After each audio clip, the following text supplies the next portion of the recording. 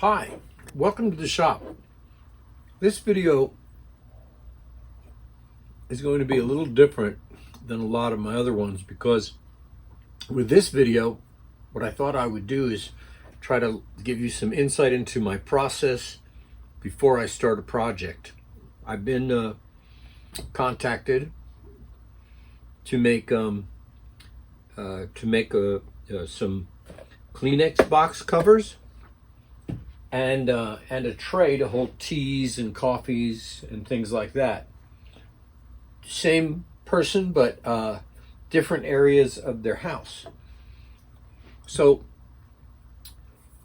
he's very ingenious himself, and has certain ideas as his partner.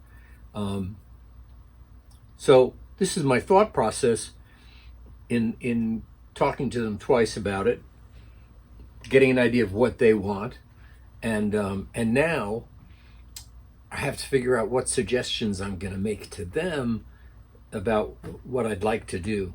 So this video is kind of about that process, and not all that process can take place while I'm talking to you. Although while I'm talking to you, I'm looking at these boards and trying to figure out where I can use them, because they have different qualities about them, and where I use them in this project is going to be determined by their figure, whether they're more than one board that have been jointed together and needs to be separate for the grain to work perfectly, the thickness of the boards, because in some of this it needs to be fairly thin, and I don't want to spend days and days running these through the thickness planer to get them down to what I want.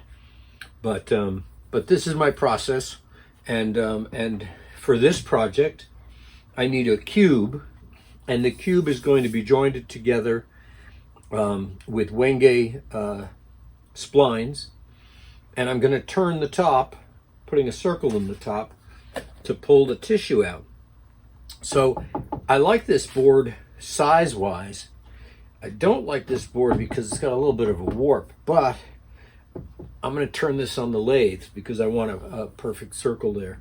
And so the lathe itself will do some of the flattening, and then reversing it will solve that issue. So I'm looking forward to that. So it's basically making a plate with a hole in the middle of it and an undulation that's decorative, taking into consideration this nice spalting and showing that off as well. So that's what my thought process on this plank is, and drawing it out to the proportions that I think it needs to be. Figuring out how the sides will meet, how that top plate is going to sit into a groove around the sides of it and be held in by the sides. The bottom, I want removable so you can put the box in and up, but you don't see that. And I also need to elevate it so it's not sitting on a sink counter getting wet or something. So some sort of design of something to raise it up out of any kind of a water situation. So that's the earliest stages I am with this. This project is different. And I'll show you some of my workings on this and the drawings and figuring out what I'm doing in this drawing in this part of the video where you're seeing me drawing. Is what I'm trying to decide on this one is the proportions as well as the concept, because this is going to be a tray that holds a certain amount of coffee pods, decaf, let's say, and regular. People use more regular, so that'll be a bigger station. And then 2 rows on each side for tea bags and things like that. I'm thinking of the tray to be about 18 inches long, just in my head, because I don't want it to be too deep either if it's sitting on a counter. And rather than being a box that everything is in, I think it should be a tapered tray so that things are exposed lower in the front, and you can see an elevation to it like a stage. So that's certainly the middle part. I'm trying to determine whether the 2 side pieces will just be a single piece all the way across, or whether there'll be 3 boxes that conjoin. I don't know. I don't know yet. But I'm doing drawings and working that out, and I'm thinking in terms of this board for maybe that front piece and the back piece because I like the grain in it. But maybe it's too small to go in this one, so it would go in this one or not at all. So that's where I am. Fun, huh?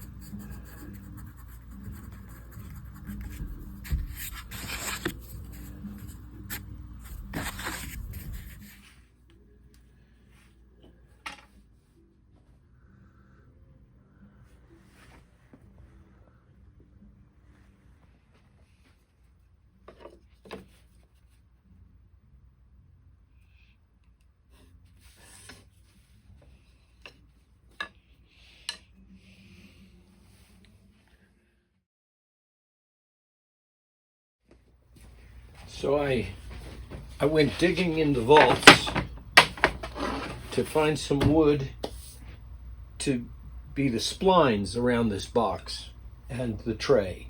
I'm going to join all of the pieces together. I want to do the tray sort of in a butt joint, but with some sort of piece that would tie them together between the two. But these are all going to be tissue boxes in separate bathrooms, so they're not even going to be next to each other. But this is the most exposed large profile area. So what I did was I found in my collections some old, off of a job, some wenge. That is what I had suggested to the person that's getting these, because I liked the brown of it. And I'm thinking of,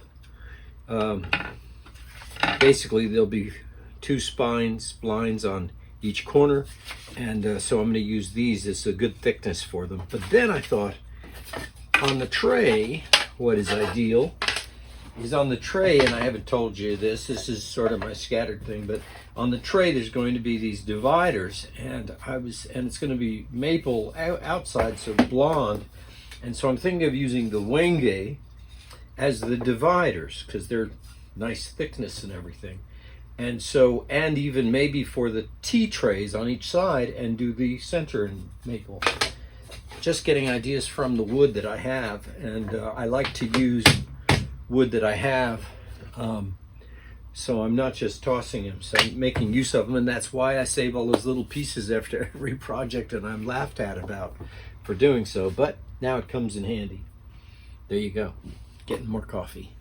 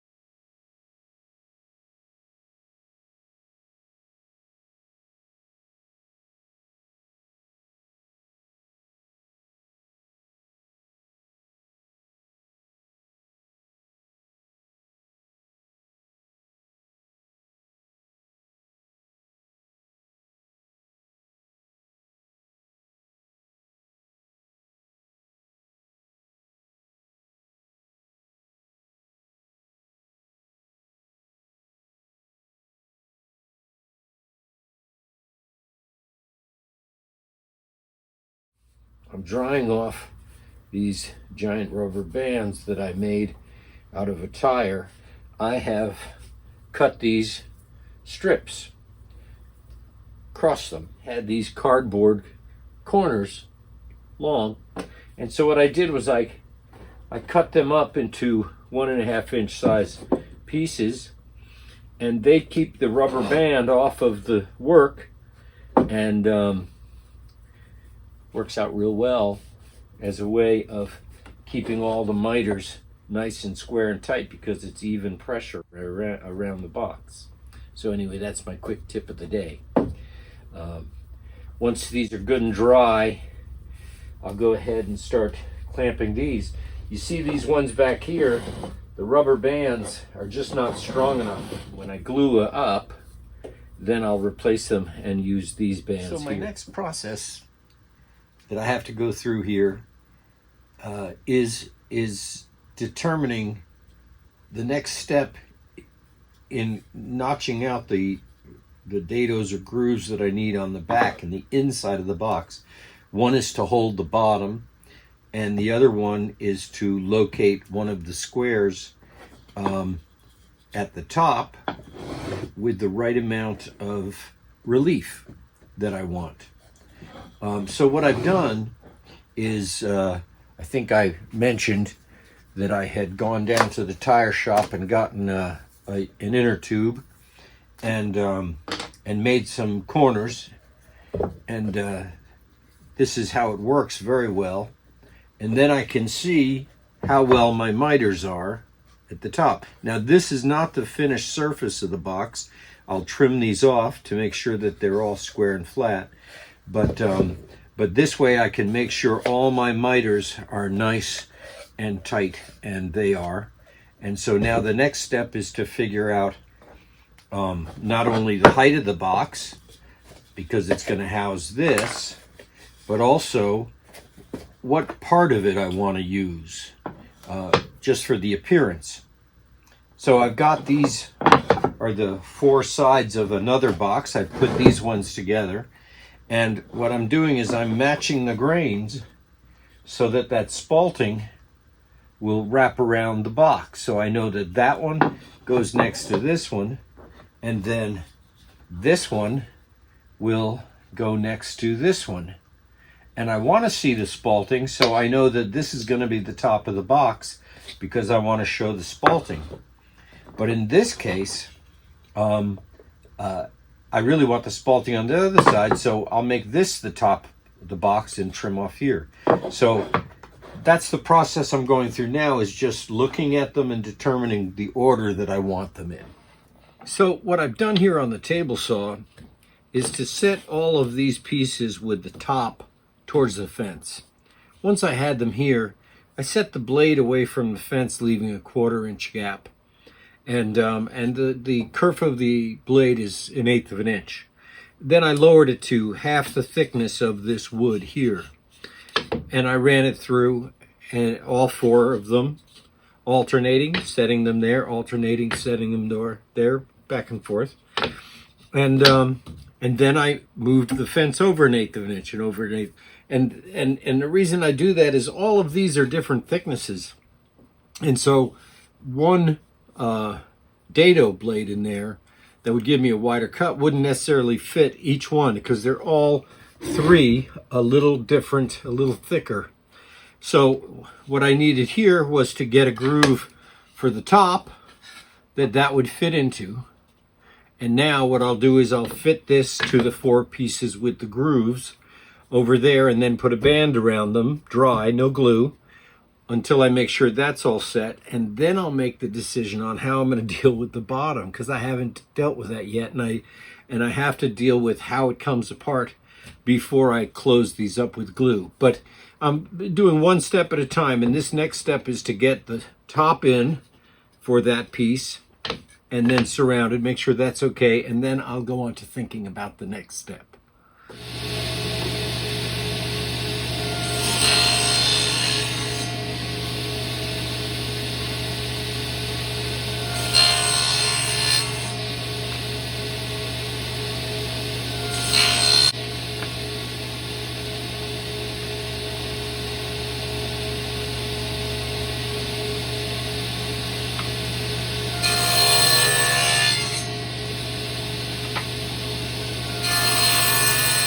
So I've cut the grooves for the lid to fit in, and here's the lid.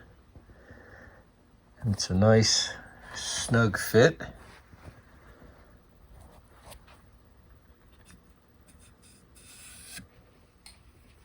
So I used the table saw and shifted over to make these grooves to fit these pieces in here.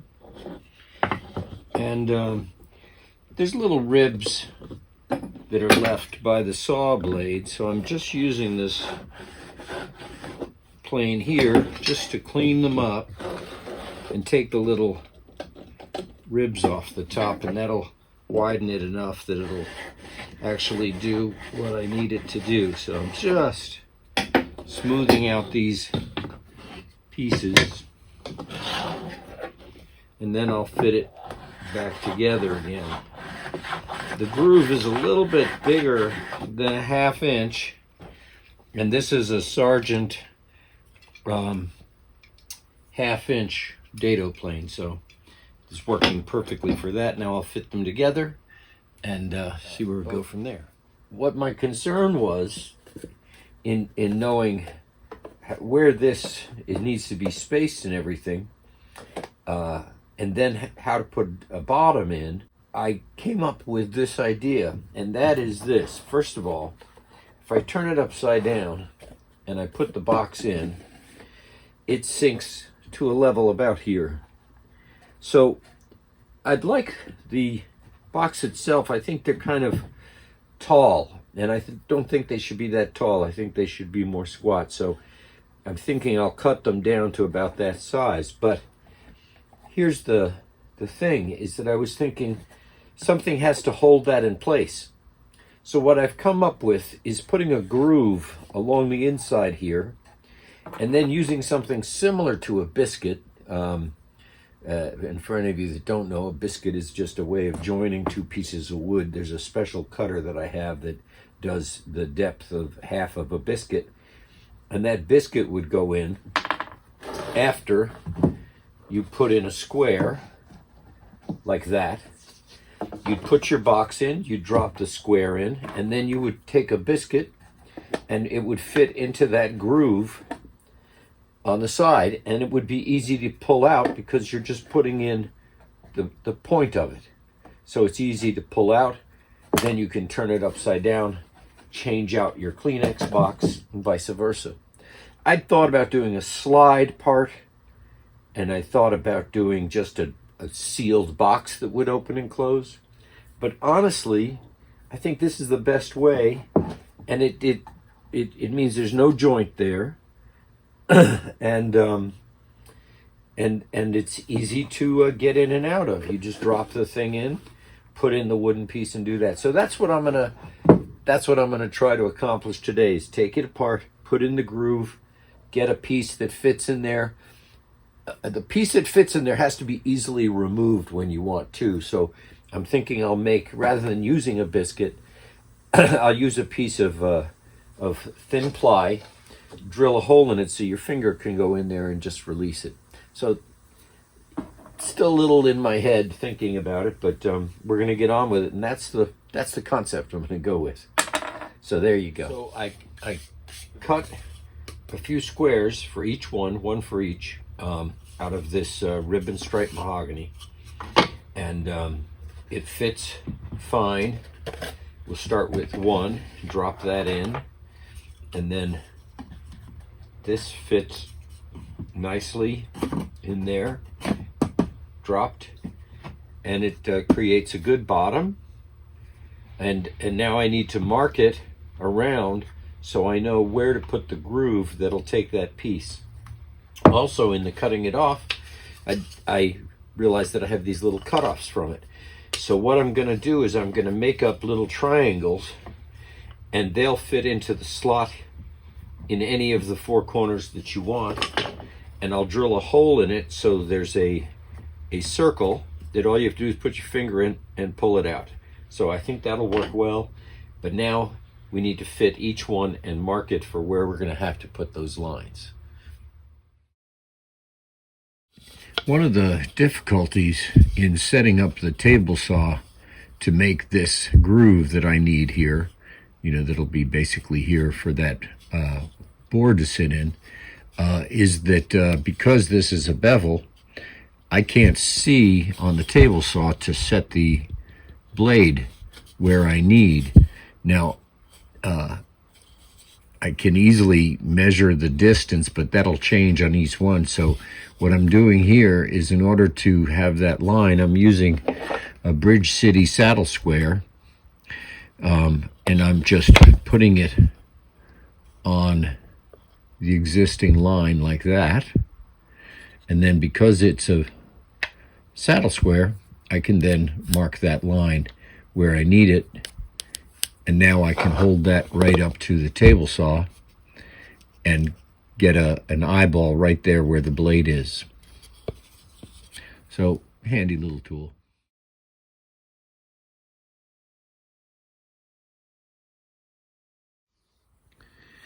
So, here's the box now. I've got the groove cut in on all four sides, and then I've just put it back together to check and see if this is going to work, and I believe it's a good solution for this. So the Kleenex box goes in all the way down, then the square piece drops in on top of it, and then I took the pieces that were cut off, that were just the cutoffs from that, and I cut 2 pieces across, and that fits into there, and this one fits into there, and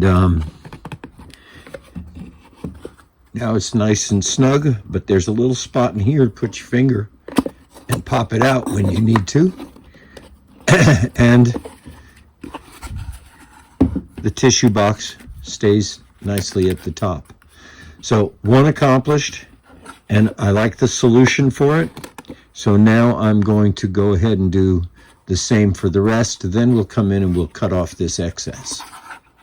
So I've got the tops all coated, a first coat, and of course the sides and all now glued up. The groove is inside there. It still needs to be cut down shorter. That's not going to be the permanent height. It'll probably come up a couple of inches shorter. And then the boards that go on the bottom, which are the ribbon stripe mahogany, they've all been coated on one side. And so tomorrow I will be sanding the boxes, cutting them to length, and then putting them on this jig here to cut the splines.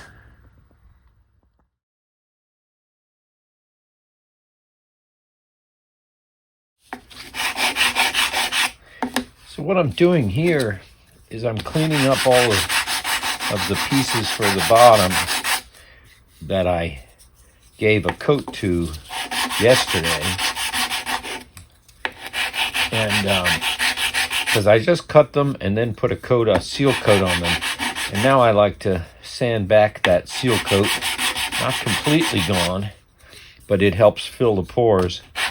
And now what I'm doing is taking off anything that feels a little rough, because this is the part of this that they're going to touch when they switch boxes and they come in here to reach this.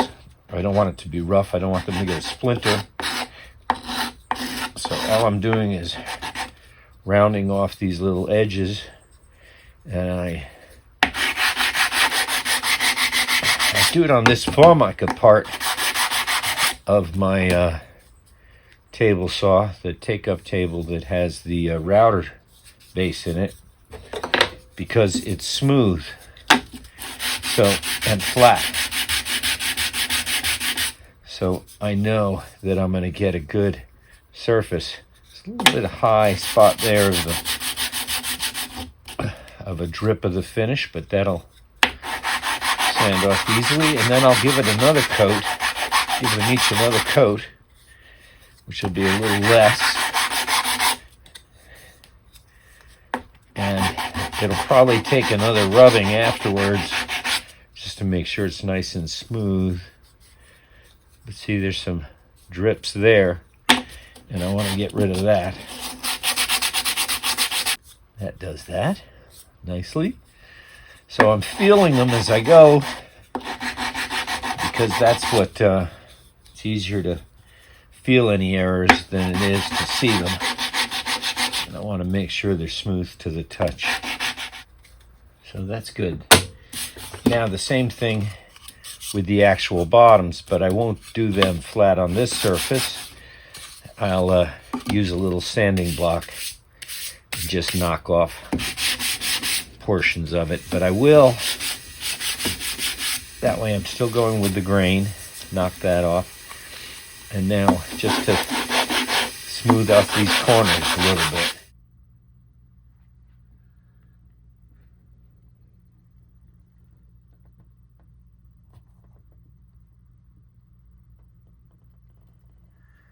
Cutting and fitting the splines turned out to be more tedious than I thought.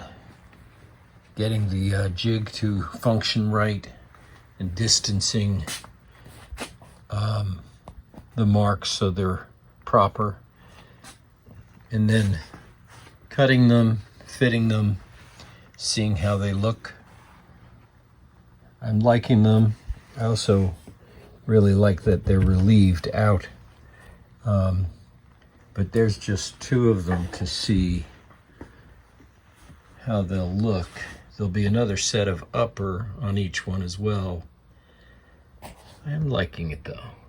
I started with a thicker piece of wenge, cut it in half, cut it to this width on the table saw.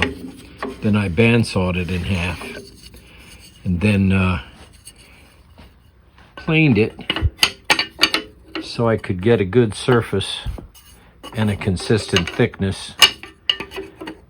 So I planed it off here. You can see some of the shavings. Just beautiful, beautiful chocolatey color. And then after cutting the grooves for the splines in the box, I had to custom fit each one and sand them a little bit just to get them down to the perfect thickness to fit nice and snugly into the grooves that I cut on the table saw with that jig that I showed you earlier.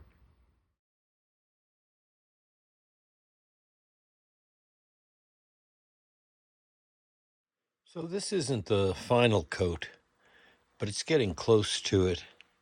I'm building up coats of this on it so that I don't have to worry about them being on a bathroom counter and getting wet. So everything has got, so far, 3 coats on it, and I may even do more, but they're looking good, and I'm fairly happy with them. So this is how the bottom works with that inset piece and then the 2 triangles pushed into those grooves. And here's the finished piece, and the other ones. They each have to be fitted. So this bottom will fit this one, this bottom will fit this one. And then the same thing with the triangles. They just need to be fitted in, but here you can see how it works. Those are excess ones, but there, and that's what it'll look like. And the box is held up in this area here. So I think they turned out good. I'm not gonna continue this video on the tea caddy that I'm working on too, although you got a little bit of a presentation of that. But I needed to concentrate on getting these 3 ones done, and now I can set those aside and work on the other ones. So I'm going to do that in a separate video because I think we're running a little bit long here, and I don't know if I've even kept your attention to this point. So at any rate, I hope you liked the project. It's nothing that I had ever thought of before until I was asked to do them. And but I think they've turned out really well. They're nicely coated. under here, so there's no problem for water. And I think they'll make a handsome addition to whichever restrooms they're put in, or bedrooms or whatever. Anyway, thanks for watching. I hope this wasn't too convoluted, and I hope that you enjoyed the video and got something out of it. And I hope that until next time, you all stay safe, take care of your friends, take care of your family, and most of all, take care of yourselves. Talk to you later.